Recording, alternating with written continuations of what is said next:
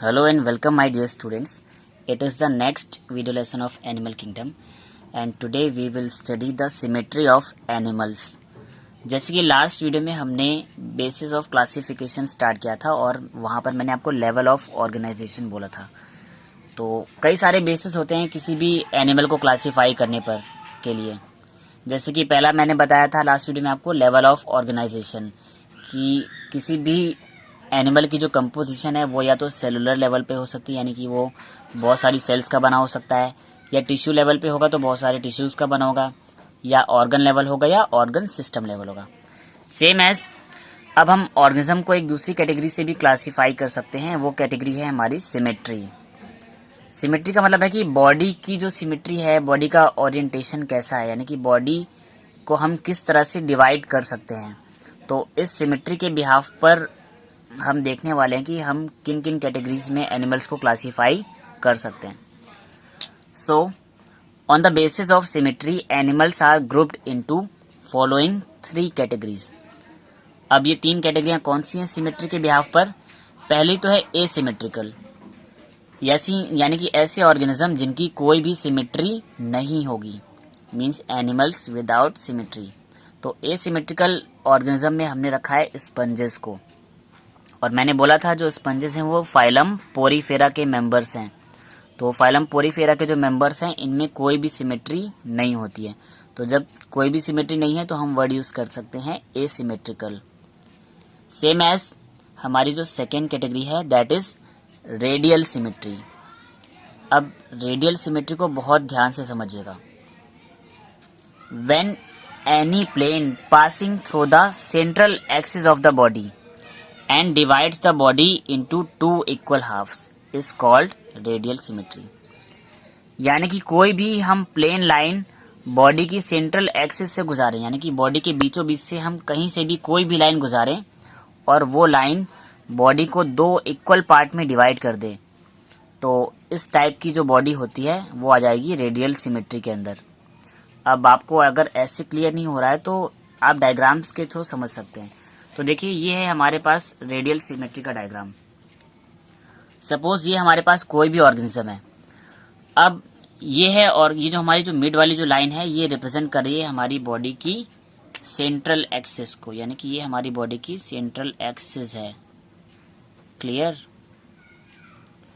और इस central axis से हम कोई भी लाइन गुजारें बॉडी को डिवाइड करने वाली, चाहे लेफ्ट साइड से, चाहे राइट साइड से, चाहे ऊपर से, चाहे नीचे से, कहीं से भी अगर हम कोई भी लाइन गुजारें और वो बॉडी को 2 इक्वल हाफ में डिवाइड कर दे। देखिए अगर हम इस लाइन को ड्रॉ करें तो बॉडी का ये वाला पोर्शन और ये वाला पोर्शन 2 इक्वल हाफ में डिवाइड हो सकता है। सेम ऐसे अगर हम बॉडी को यहाँ से डिवाइड करेंगे तो ये वाला पोर्शन और ये वाला पोर्शन भी 2 इक्वल पार्ट में डिवाइड हो सकता है। मीन्स ऐसी ऑर्गेनिज्म जहां पर हम सेंट्रल एक्सेस से कोई भी लाइन ड्रॉ करें और वो लाइन हमारे ऑर्गेनिज्म की बॉडी को 2 इक्वल पार्ट में डिवाइड कर दे, such type of symmetry are called radial symmetry. Means ऐसी सिमेट्री को हम बोलेंगे रेडियल सिमेट्री। तो सिमेट्री आपने 2 पढ़नी, पहली तो एसिमेट्रिकल, दूसरी रेडियल सिमेट्री। अब जो सिमेट्री की जो सेकेंड कैटेगरी है वो है हमारी बाईलैटरल सिमेट्री। अब बाईलैटरल सिमेट्री को अगर हम वर्ड से देखें तो बाई मतलब होता है 2, लेटरल मतलब होता है लेटरल सरफेस, यानी कि किनारों से, यानी कि बॉडी को 2 किनारों को अलग अलग हम सेपरेट कर दें, यानी कि एक लेफ्ट किनारे को और एक राइट किनारे को, दोनों को अलग अलग हम सेपरेट कर दें। अगर ऐसी सिमेट्री हमें देखने को मिल रही तो हम उसे बोलेंगे बाईलैटरल सिमेट्री। अब डेफिनेशन से थोड़ा सा और क्लियर हो जाएगा। When the body can be divided into 2 identical left and right halves in only 1 plane is called bilateral symmetry. अब बहुत ध्यान से देखिएगा, जब हम रेडियल सिमेट्री की बात कर रहे थे तो हम किसी भी प्लेन से बॉडी को डिवाइड कर दे रहे थे। लाइक इस प्लेन से भी कर सकते हैं, इस प्लेन से भी कर सकते हैं और इस प्लेन से भी कर सकते हैं, यानी कि किसी भी प्लेन से अगर बॉडी की सेंट्रल एक्सिस से कोई लाइन गुजार रहे थे और बॉडी 2 पार्ट में डिवाइड हो रही थी तो हमने बोल दिया था radial symmetry. But bilateral symmetry के केस में क्या होगा कि हम बॉडी को केवल एक ही प्लेन से डिवाइड करेंगे, ठीक है, यानी कि किसी भी एक मीडियन प्लेन से डिवाइड करेंगे और उस प्लेन से बॉडी के दो इक्वल पार्ट हो जाएंगे। ये देखिए, ये हमारा लेफ्ट पार्ट हो गया और ये हमारा राइट पार्ट हो गया। तो सिंपली अगर हम एक सिंगल प्लेन से डिवाइड करें बॉडी को और बॉडी दो इक्वल लेफ्ट पोर्शन और राइट पोर्शन में डिवाइड हो जाए, तो इस कैटेगरी को हम बोलते हैं बायलैटरल सिमेट्री। यानी कि हम बॉडी को बीचों बीच से डिवाइड करेंगे और लेफ्ट और राइट पोर्शन इक्वली डिवाइड हो जाएं, ऐसी सिमेट्री को हम बोलेंगे बायलैटरल सिमेट्री। और रेडियल सिमेट्री में हम केवल एक प्लेन नहीं ले रहे थे, एक से ज़्यादा प्लेन ले रहे थे और किसी भी प्लेन से डिवाइड करने पे दो पार्ट आ रहे थे। बट बायलैटरल सिमेट्री में हम बीचों बीच से एक सिंगल प्लेन खींचेंगे और वो जो लाइन है मीडियन लाइन, वो हमारी बॉडी को इक्वली राइट और इक्वली लेफ्ट पार्ट में डिवाइड कर देगी। तो अगर इस टाइप की सिमेट्री है तो हम उसे बोलेंगे बायलैटरल सिमेट्री। तो जैसे कि मैंने एक क्रैब का एक नॉर्मल सा डायग्राम बनाया है और इस डायग्राम में आप देख सकते हैं कि हमने केवल एक ही वन प्लेन लिया है, यानी कि एक सिंगल ही प्लेन लिया है और ये जो सिंगल मीडियन लाइन है ये बॉडी को लेफ्ट और राइट इक्वल पार्ट्स में डिवाइड करिए। देखा, अगर आप ध्यान से देखेंगे तो जितने ऑर्गन्स इस लेफ्ट पार्ट में आ रहे हैं उतने ही ऑर्गन सेम राइट पार्ट में आ रहे हैं। यानी कि जो लेफ्ट और राइट पोर्शन है वो एक दूसरे के बिल्कुल ही बराबर हैं। तो जब लेफ्ट और राइट पार्ट इक्वली डिवाइड हो जाएंगे, इक्वल हाफ में डिवाइड होंगे, और इस कंडीशन में हम बोल देंगे बायलैटरल सिमेट्री। सो अगर हम बात कर रहे थे सिमेट्री की, तो आपने तीन टाइप की सिमेट्रीज पढ़ ली। पहली तो हमारी एसिमेट्री, जहाँ पे कोई सिमेट्री नहीं होगी। दूसरी रेडियल सिमेट्री, जहाँ पे हम किसी भी प्लेन से बॉडी को दो पार्ट में डिवाइड कर लेंगे। और थर्ड कैटेगरी हमारी इंपॉर्टेंट है बायलैटरल सिमेट्री, जहाँ पर हम केवल एक सिंगल प्लेन क्रिएट करेंगे, वो प्लेन बॉडी के बीचों बीच से जाएगा और बॉडी को लेफ्ट और राइट इक्वल पोर्शंस में डिवाइड कर देगा, जिसे बोला हमने बायलैटरल सिमेट्री। तो इस बिहाफ पर हमने तीन टाइप की सिमेट्री पढ़ ली एंड आई होप कि आपको तीनों टाइप की सिमेट्रीज क्लियर हो गई होंगी। अब सिमेट्री के बाद कुछ और बेसिस होते हैं हमारे क्लासिफिकेशन के, वो होते हैं जर्मिनल लेयर्स के।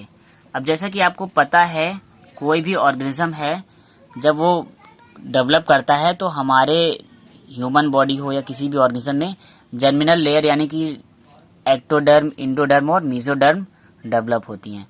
तो इन जर्मिनल लेयर के डेवलपमेंट के बिहाफ पे भी ऑर्गेनिज्म को अलग अलग कैटेगरीज में डिवाइड किया गया है। तो इनमें जो पहली कैटेगरी है, यहाँ पे हमने दो कैटेगरियां देखने को मिल रही हैं, एक तो डिप्लोब्लास्टिक और दूसरी ट्रिप्लोब्लास्टिक ऑर्गेनिज्म। अब डिप्लोब्लास्टिक क्या होते हैं समझ लीजिए। Animals in which cells are arranged in two embryonic layers, यानी कि ऐसे एनिमल्स जिसमें केवल दो एम्ब्रियोनिक लेयर होंगी, एक हमारी एक्टोडर्म और दूसरी हमारी इंडोडर्म। जो बाहर वाली आउटर लेयर है वो एक्टोडर्म होगी और अंदर वाली जो एम्ब्रियोनिक लेयर है वो इंडोडर्म होगी। This is called diploblastic animals. यानी कि जिन एनिमल्स में हमको केवल दो एम्ब्रियोनिक लेयर देखने को मिलेंगी, बाहर वाली एक्टोडर्म और अंदर वाली एंडोडर्म, ऐसे एनिमल को बोलेंगे डिप्लोब्लास्टिक। डिप्लो में डाई टर्म आ रही, यानी कि यहाँ पे दो लेयर आएंगी, ठीक है। इसका जो एग्जांपल है सिलेंट्रेट। सिलेंट्रेट में मैंने जैसा कि बताया, पोरीफेरा के बाद का जो फाइलम आता है सिलेंट्रेट आता है, और यहाँ के एनिमल्स होते हैं डिप्लोब्लास्टिक, यानी कि इन एनिमल्स में एक्टोडर्म और इंडोडर्म ही प्रेजेंट होगी। एक और इंपॉर्टेंट पॉइंट है, an undifferentiated layer is present between ectoderm and endoderm is called mesoglea. अब ये जो डिप्लोब्लास्टिक एनिमल होंगे, यहाँ पर एक तो बाहरी लेयर हो गई एक्टोडर्म और अंदर वाली लेयर हो गई इंडोडर्म। इन दोनों लेयर के बीच में कोई भी तीसरी लेयर नहीं होगी, बट एक छोटा सा गैप होगा।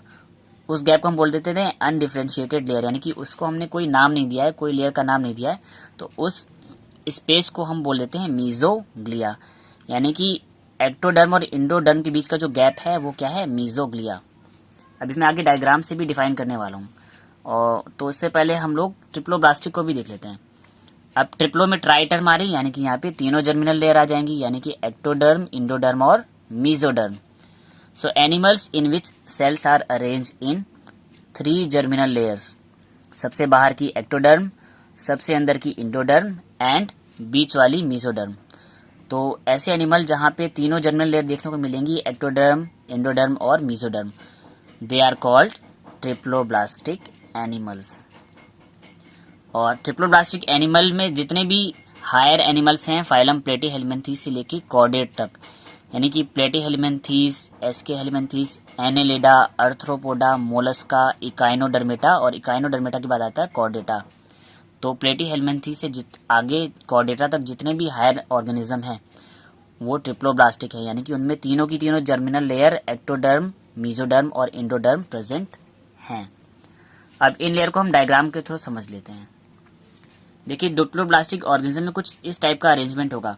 ये सबसे बाहर की जो लेयर है इसे हम बोल देंगे एक्टोडर्म, सबसे अंदर की जो ये लेयर है इसे हम बोल देंगे इंडोडर्म।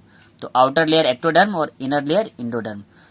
और एक्टोडर्म और इंडोडर्म के बीच में एक गैप है जिसे मैंने ब्लू कलर से रिप्रेजेंट किया है, इस गैप को हमने बोल दिया मीजोग्लिया। क्लियर? सेम एज जब हम ट्रिप्लोब्लास्टिक की बात करेंगे तो यहाँ पर मीजोग्लिया नहीं होगी, मीजोग्लिया की जगह पर मीजोडर्म डेवलप हो जाएगा, यानी कि यहाँ पर तीनों जर्मिनल लेयर देखने को मिलेंगी। देख लीजिए ये सबसे बाहर वाली एक्टोडर्म, ये बीच वाली जो रेड कलर से है ये हमारी मीजोडर्म है, और अंदर सबसे अंदर जो इनर मोस्ट लेयर है वो ब्लू कलर से जिसको हमने बोल दिया इंडोडर्म।